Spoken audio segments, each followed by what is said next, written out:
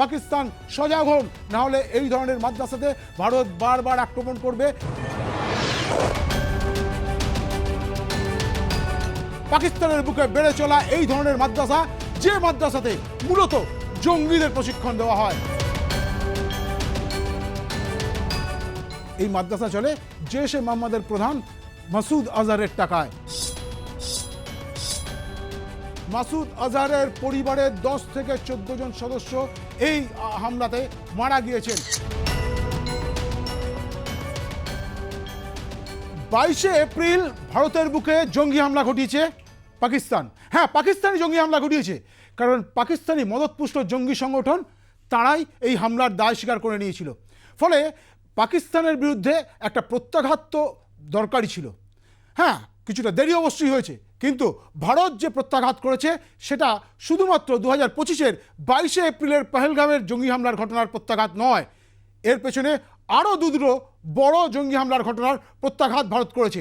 হ্যাঁ, সেই বিষয়টাই এবার আপনাদের সামনে আমরা খোলসা করব। কি খোলসা করব? আমি দুটো ছবি দেখাবো। দুটো ছবি কি আপনারা জানেন যে গতকাল মধ্যরাত্রে পাকিস্তানের বিরুদ্ধে যে জঙ্গি হামলার প্রত্যাঘাত ভারত করেছে, সেই প্রত্যাঘাতে পাকিস্তান এবং পাক অকুপাইড কাশ্মীরের মোট 9টা জায়গার 21টা অঞ্চলে 21টা আস্তানাতে, জঙ্গি আস্তানাতে ভারত প্রত্যাঘাত করেছে, ভারত আক্রমণ করেছে, এয়ার স্ট্রাইক করেছে। কিন্তু এই 9টা জায়গার 21টা যে আস্তানা, তার মধ্যে অন্যতম গুরুত্বপূর্ণ দুটো জায়গা ছিল।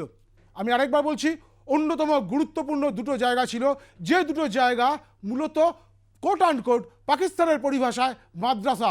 আমি আবার বলছি, মাদ্রাসাতেই আক্রমণ করেছে ভারত। হ্যাঁ, কোন মাদ্রাসাতে ভারত আক্রমণ করেছে? পাকিস্তানের বুকে বেড়ে চলা এই ধরনের মাদ্রাসা, যে মাদ্রাসাতে মূলত জঙ্গিদের প্রশিক্ষণ দেওয়া হয়, যে মাদ্রাসা থেকে মূলত জঙ্গিরা আসে এবং শুধু ভারতবর্ষ নয়, পৃথিবীর অন্যান্য দেশে গিয়ে টেরোরিস্ট আক্রমণ করে। এবার বলি যে কোন দুটো মাদ্রাসা এখানে অত্যন্ত গুরুত্বপূর্ণ, এবং ভারতের শুধু পহেলগাঁও নয়, এর আগের দুটো বড় ঘটনার সঙ্গে জড়িত রয়েছে এই দুই মাদ্রাসা। প্রথমেই আসবো ভাওয়ালপুরের মাদ্রাসা। ভাওয়ালপুরে যে মাদ্রাসায় গতকাল রাত্রিবেলায় ভারত এয়ার স্ট্রাইক করেছে, 4 মিসাইল ফেলেছে। ভাওয়ালপুরের এই মাদ্রাসার নাম হচ্ছে মার্কাজ সুবহানাল্লাহ। এখন আপনারা দেখতে পাচ্ছেন এই যে ছবি, ছবিটা হচ্ছে ভাওয়ালপুরের এই যে মাদ্রাসা, সেই মাদ্রাসা কার টাকায় চলে?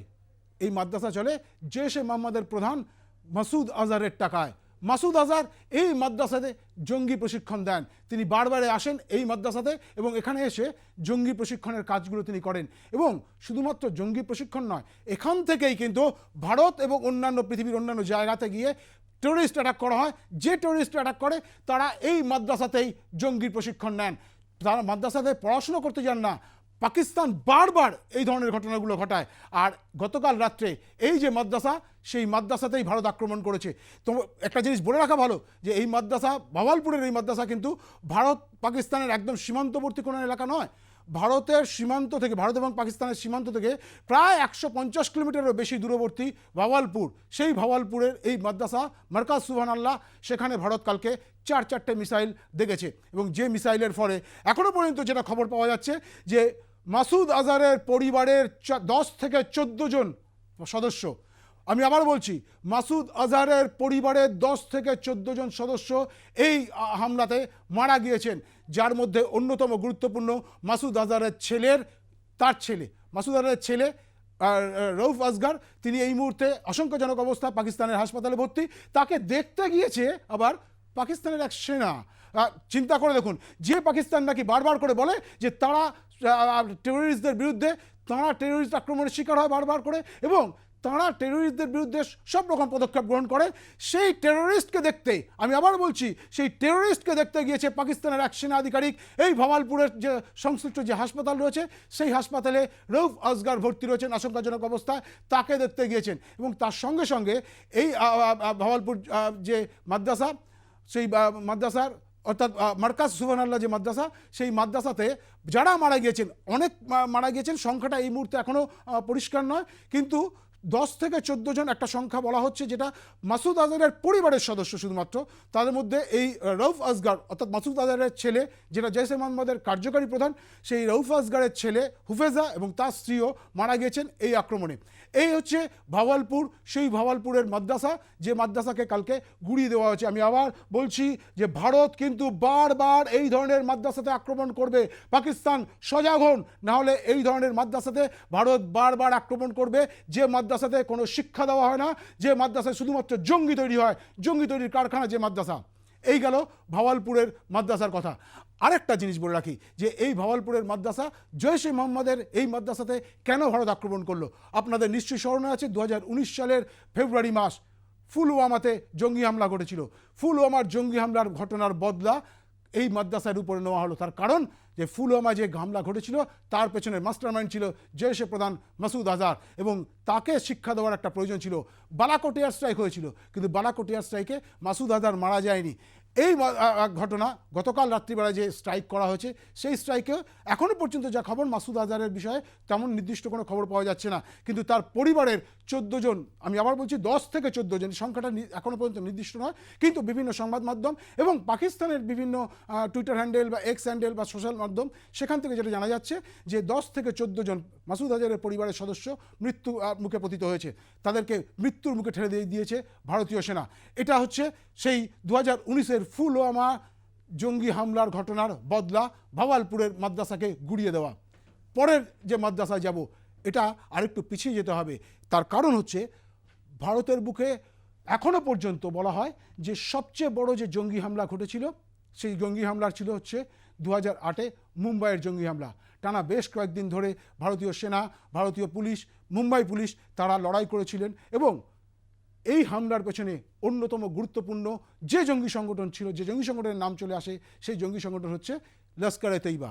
এবার বলি যে লস্কর-এ তৈবার বিরুদ্ধে কেমন ব্যবস্থা ভারত নিল গতকালের জঙ্গি হামলার ঘটনায়। গতকাল পাকিস্তানের যে 9 জায়গায় ভারত আক্রমণ করেছে, যে জঙ্গি ঘাঁটিগুলো গুড়িয়ে দেওয়া হয়েছে, তার মধ্যে অন্যতম গুরুত্বপূর্ণ আরেকটা জঙ্গি ঘাঁটি হচ্ছে মুরাদকা। এই মুরাদকা এটা হচ্ছে পাকিস্তানের পাক পাঞ্জাব প্রদেশ, তার একটা শহর। সেখানে মুরাদকা বলে এই যে শহর, সেই শহরের মধ্যে আরেকটা মাদ্রাসা আছে। এই মাদ্রাসার নাম হচ্ছে মারকাজে তৈবা। মারকাজে তৈবা হচ্ছে লস্কর-এ তৈবা, হাফিজ সঈদ তাঁদের একটা অন্যতম গুরুত্বপূর্ণ আস্তানা।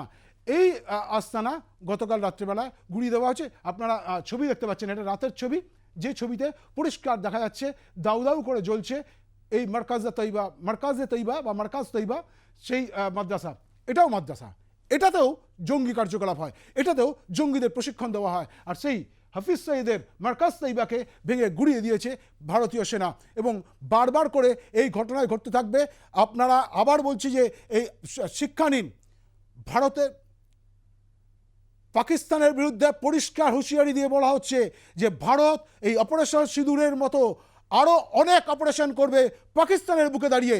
কারণ পাকিস্তানের সেনা, পাকিস্তানের বেশ কিছু সাধারণ মানুষ, আমি বলবো না সম্পূর্ণ পাকিস্তানের সাধারণ মানুষ সবাই এইসব জঙ্গি কার্যকলাপের সঙ্গে যুক্ত বা সবাই জঙ্গিদের সমর্থন করেন, কিন্তু এইভাবে যে মাদ্রাসাগুলো পাকিস্তানে তৈরি হচ্ছে, যে মাদ্রাসাগুলো মূলত জঙ্গিদের প্রশিক্ষণ দিচ্ছে, জঙ্গি তৈরির কারখানা হিসাবে তৈরি হয়ে রয়েছে, সেই মাদ্রাসা, সেটা মারকাজ তৈবা হোক অথবা এদিকের মারকাজ সুবহানাল্লাহ হোক, এই দুই ধরনের মাদ্রাসা, এগুলোর কোনো স্থান পৃথিবীর বুকে থাকা উচিত না। পাকিস্তান তো কোনচার, তাই অন্য কেউ ব্যবস্থা না নিলেও ভারত ব্যবস্থা নেবে।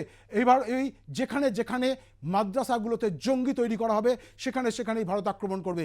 গতকাল ভারত যে আক্রমণ করেছে মধ্যরাতে, সেই মধ্যরাতের আক্রমণে কিন্তু একটাও পাকিস্তানি সেনা আউটপোস্টে বা পাকিস্তানি সেনা ঘাঁটিতে আক্রমণ করা হয়নি, কোনো সিভিলিয়ানদের উপর আক্রমণ করা হয়নি। আক্রমণ করা হয়েছে মূলত সেই জায়গাগুলো যেগুলো জঙ্গি ঘাঁটি হিসাবে বহুল প্রচারিত এবং একেবারে উল্লেখযোগ্য ভূমিকা পালন করে জঙ্গিদের প্রশিক্ষণের জন্য।